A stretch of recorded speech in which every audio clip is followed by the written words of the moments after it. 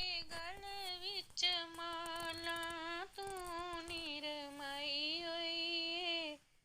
हथ डमरू ते गल विच माला तू निरमाई होई। देखो गौरां दा घरवाला बस मरमाई होई। देखो गौरां दा घरवाला बस मरमाई होई। पहली लामा लई गौरां ने आन पवाड़ा पाया ए। पहली लामा लई गौरां ने आन पवाड़ा पाया ए। शिव भोले नूं पुछन लगी जटां च कीश पाया ए। शिव भोले नूं पुछन लगी जटां च कीश पाया ए।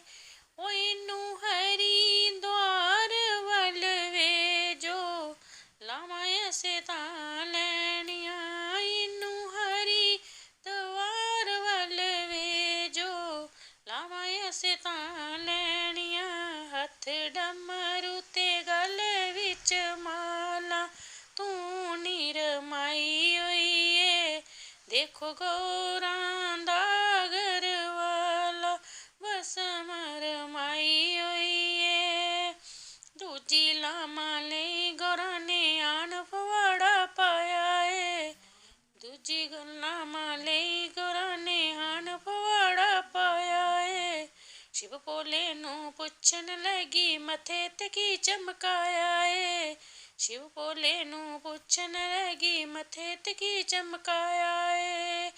ओ इनू काशपुरी वल भेजो लावां असें तां लैणियां। इनू काशपुरी वल भेजो लावां असें तां लैणियां। हथ डमरू ते गल विच माला बस मरमाई होई। त्रीजी लामा लई गौरां ने आन पवाड़ा पाया ए। त्रीजी लामा लई गौरां ने आन पवाड़ा पाया ए। शिव भोले नूं पुछन लगी गले च की लटकाया ए। शिव भोले नूं पुछन लगी गले च की लटकाया ए। ओ इनू नागपुरी वल भेजो लावां असें तां लैणियां। इनू नागपुरी वल भेजो लावां असें तां लैणियां। हथ डमरू ते गल विच माला तू निरमाई होई। देखो गौरां दा घरवाला बस मरमाई होई। चौथी लामा लई गौरां ने आन पवाड़ा पाया ए। चौथी लामा लई गौरां ने आन पवाड़ा पाया ए। शिव भोले नूं पुछन लगी ए केह् रूप बनाया ए। शिव भोले नूं पुछन लगी ए की रूप बनाया।